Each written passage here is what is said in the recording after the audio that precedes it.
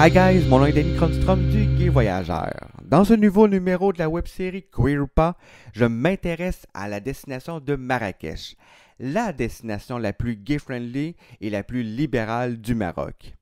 Les voyageurs homosexuels ne seront pas déçus lorsqu'ils visitent pour la première fois la ville de Marrakech.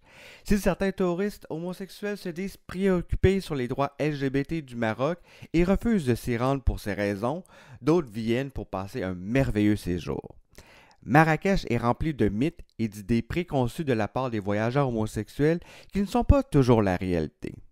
Il faut faire une distinction entre Marrakech et les autres villes d'importance du Maroc comme Casablanca ou Rabat. Pour en parler, j'accueille Clément, propriétaire et gérant du Riad, le Riad Mazaya.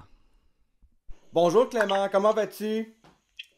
Ça va très bien et toi? Ben oui, merci de prendre le temps d'être à l'émission Queer ou pas. Je suis très content parce que Marrakech, c'est une destination que je n'ai jamais fait. On en parle souvent sur le Gay Voyageur, donc j'aimerais un peu en apprendre un petit peu plus. Donc c'est un peu l'objectif de la web série. Tu es propriétaire depuis 2020 du Riad Mazaya, situé à Marrakech, toi et ta conjointe. Vous connaissez bien Marrakech car vous avez visité la ville à quelques reprises avant de vous y installer définitivement. Vous êtes venu me parler de votre projet du Riad et j'ai adoré ce que vous avez fait. D'ailleurs, bravo. Merci beaucoup. À cela, vous avez choisi d'accueillir ouvertement les touristes homosexuels de passage à Marrakech. Est-ce que je me trompe ou la grande majorité des touristes homosexuels de France et d'Europe ne connaissent pas nécessairement bien la réalité LGBT de Marrakech? Puis selon toi, pourquoi cette situation-là? Bah déjà, Marrakech est un pays musulman, donc ça n'apparaît pas spécialement gay-friendly au vu de tous, mais c'est un pays qui est en sans cesse évolution dans toutes les grandes villes de Marrakech, où le regard sur la communauté gay c'est plutôt bienveillant. Donc ça casse un peu les préjugés au Maroc Mhm. et de et on peut rencontrer de plus en plus de gays à Marrakech et même au Maroc, quoi. Voilà, c'est les Marocains sont plus ouverts qu'on le croit. Que peux-tu dire aux touristes homosexuels qui sont réfractaires à venir visiter une ville musulmane? Comment les habitants de Marrakech perçoivent les touristes homosexuels qui visitent pour la première fois la ville? À Marrakech, on peut venir sans appréhension en fait. Tout le monde est le bienvenu. Marrakech est sans doute la ville la plus ouverte et la plus gay-friendly de toutes les villes musulmanes que je connais. Avec ma femme, on a été plusieurs fois surpris du nombre de couples homosexuels qu'on peut croiser dans les rues quand on se balade. Il n'y a aucune animosité par rapport aux habitants. Et en fait, ils se rendent bien compte qu'ils ont besoin des touristes qui soient homosexuels, vieux, jeunes, Mhm. enfin n'importe quelle catégorie d'âge ou catégorie, voilà. Et du coup, ils ont appris à vivre avec tout le monde et sans se poser de questions, ils respectent tout le monde, que ce soit gay ou autre.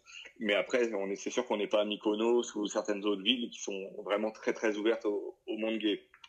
Absolument. Est-ce que je me trompe ou dans le fond, Marrakech est vraiment la ville la plus libérale du Maroc?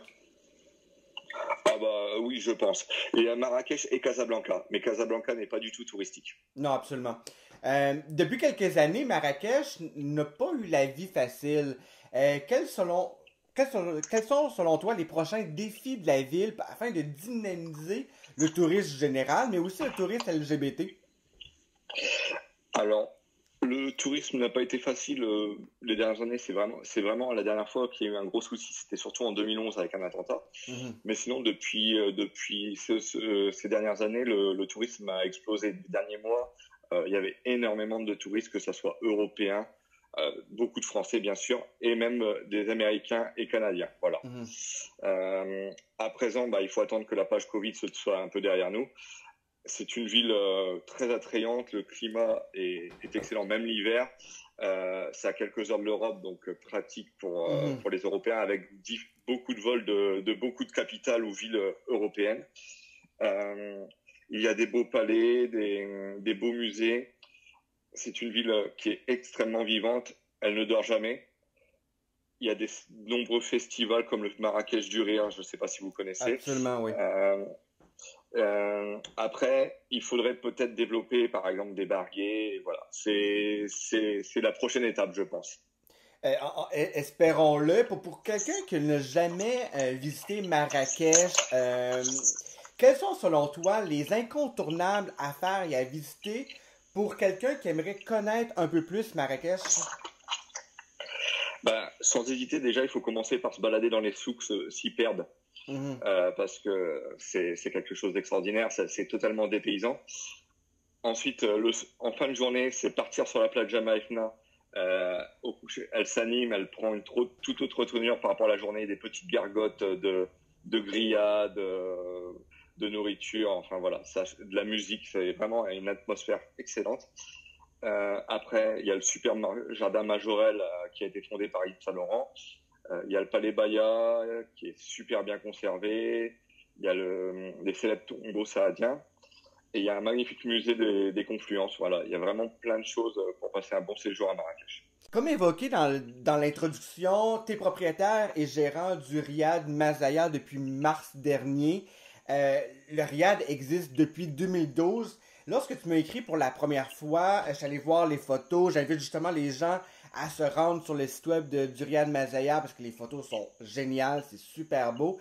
Mais pourquoi tu as choisi d'aller créer ton propre hébergement, le Riad Mazaya, à Marrakech? Et pourquoi tu as choisi de décider d'aller vivre à Marrakech? Donc on a choisi de partir à Marrakech. En fait, on était en France juste avant d'arriver à Marrakech, mais avant on avait vécu 6 ans en Afrique du Sud avec ma femme. Donc en fait, on avait envie de repartir à l'étranger dans un pays un peu plus sûr que l'Afrique du Sud et aussi plus proche de la France et de l'Europe. Et parce que vous, Donc vous êtes de Lyon, je crois.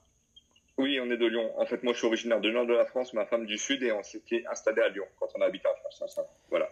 Puis lorsque tu étais arrivé à Marrakech, qu'est-ce qui t'a animé le plus en arrivant à Marrakech? C'est quoi ton coup de cœur que tu as eu? Bah déjà la gentillesse des gens, Mhm.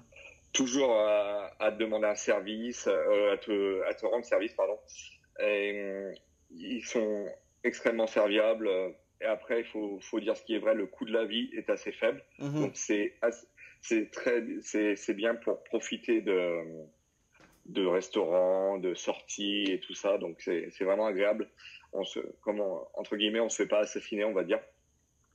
Puis pourquoi t'as décidé de créer un riad? Est-ce que c'est un plaisir de jeunesse? Comment pourquoi t'as voulu créer justement ce riad-là? Ou reprendre le flambeau du riad? Et en fait, avec ma femme, on avait chacun notre vie, avec notre petit boulot, notre petit train-train quotidien en France. Et en fait, on avait envie de travailler en France, ensemble, pardon. Mhm. Et du coup, on a eu envie de s'associer sur ce projet. Et voilà, on est un peu complémentaires. Donc, moi, je suis plus dans les réseaux sociaux, aller voir des petites boutiques pour faire des petits partenariats et tout ça. Ma femme est plus dans la comptabilité, l'accueil. Donc, on est complémentaires et ce qui fait une belle alchimie.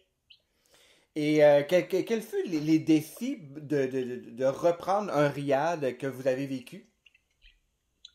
Alors le défi, pour l'instant, j'avouerais que on est un peu en stand-by parce qu'avec le Covid, on a eu très peu de clients. On a Mhm. quelques clients marocains qui devraient arriver prochainement. Mais là, en fait, on a eu entre la reprise du Riyad et le Covid, on a eu que 3 clients avant la fermeture des frontières. Voilà. Mhm. Donc, euh, donc pour l'instant, on est tout excité. Voilà, on est enthousiaste de commencer ce projet, mais on a hâte que la vie redevienne comme avant. Absolument, on a tous hâte. Avant de terminer, selon toi, peut-on dire à la question, parce que le nom de l'émission c'est Queer ou pas, peut-on dire si Marrakech est une destination queer ou pas, et selon toi, pourquoi? Sans hésiter, c'était une destination queer. Déjà, il a en plus d'adresses gay-friendly. Donc, comme je le disais tout à l'heure, il y a même des amis à nous qui tiennent à Riyad et on a d'autres amis qui ont une maison secondaire ici à Marrakech. Euh, Malgré tout, j'ai un conseil, c'est de pas trop s'afficher pour pas attirer trop l'attention dans certains quartiers, on va dire, qui sont plus populaires. Nous, en tant que couple de mariés, des fois, on reste discret. même s'il y en a qui se tiennent la main, des fois nous on se tient même pas la main, voilà. Mais après il y en a qui se tiennent la main sans problème, donc voilà. D'abord, c'est toujours rester dans les zones peut-être plus touristiques, sans Voilà, problème. c'est ça. C'est vrai pour Marrakech, mais aussi c'est vrai pour des grandes destinations Oui. à travers le monde. C'est pas propre à Marrakech. Et je sais que par rapport aux gays voyageurs, beaucoup de monde s'y rendent. C'est une destination, c'est sûr que là, dans un contexte de COVID, un peu moins. Mais lorsque le tout va reprendre, ça va être génial. Merci beaucoup, Clément, amoureux de Marrakech. Si on souhaite en apprendre un peu plus sur le Riad Mazaya, quelle est l'adresse URL du site internet? Alors déjà, l'adresse du site internet, c'est www.riyadmazaya.com. Après, on peut nous retrouver sur les réseaux sociaux, sur Facebook et sur Instagram. Sur Facebook, c'est Riyad Mazaya Marrakech et sur Insta, c'est Riyad Mazaya. Si vous avez aimé cette interview, je vous invite à commenter ce podcast, à vous abonner à la chaîne, à aimer et surtout à partager ce nouveau numéro de la web-série Queerupa. C'est une excellente façon de me dire que vous avez apprécié ces web-séries touristiques et cela me donne des ailes pour poursuivre. Si vous avez d'autres destinations dont vous aimeriez que le guide voyageur vous fasse découvrir ou souhaitez que je vous raconte d'autres histoires à partager, je vous invite à l'écrire sur les commentaires de cette web-série. La web-série Queerupa est là pour ça. Je vous invite également à suivre le guide voyageur et la web-série Queerupa sur Facebook, Instagram et YouTube et à visiter le site internet du guidevoyageur.com ou encore celle de la web-série queerupa.com. Si vous avez aimé cette web-série sur Marrakech, je vous invite à vous rendre sur le site web du guidevoyageur.com pour découvrir le guide gay complet de la ville ainsi que les autres villes du Maroc. Merci Clément, on se retrouve dans un tout nouveau numéro de la web-série Queerupa très prochainement.